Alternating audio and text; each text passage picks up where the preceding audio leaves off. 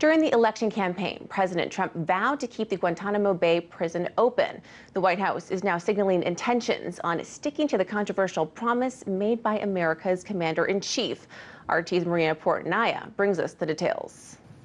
President Trump is reportedly preparing to repopulate the notorious prison his predecessor spent 8 years trying to close. On Friday, Attorney General Jeff Sessions and Deputy Attorney General Rod Rosenstein reportedly visited the Guantanamo Bay Detention Center for an update on current operations. This marks the first concrete actions the White House has taken on Gitmo since President Trump took office. Now, America's new leader has promised to load Gitmo up with, quote, bad dudes.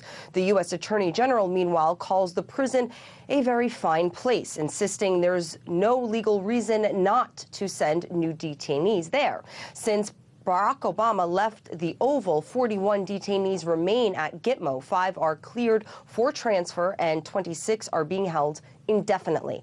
While the former Democratic president failed to close the facility, his executive order calling for Gitmo to be shut down is still technically the law of the land. This year, Guantanamo has pretty much been running on autopilot. However, the Trump administration is signaling intentions of a drastic change, including the possibility of housing ISIS suspects at the island prison. In a statement, the Justice Department said, keeping this country safe from terrorists is the highest priority of the Trump administration. Recent attacks in Europe and elsewhere confirm that the threat to our nation is immediate and real, and it remains essential that we use every lawful tool available to prevent as many attacks as possible. Now, many legal experts argue that sending ISIS fighters to Guantanamo could prove risky, since the authorization for the use of military force being used to justify indefinite law of war detention does not specifically name ISIS. Now, while Gitmo has become synonymous with torture, international law violations, and among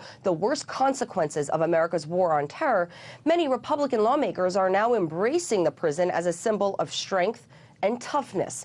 As of now, President Trump has yet to sign an executive order on the guidelines for future use of the facility or outlining who exactly would be sent there. Targeting bad dudes, like the U.S. leader previously promised, could wind up being almost anyone. Marina Portnaya, RT, Miami.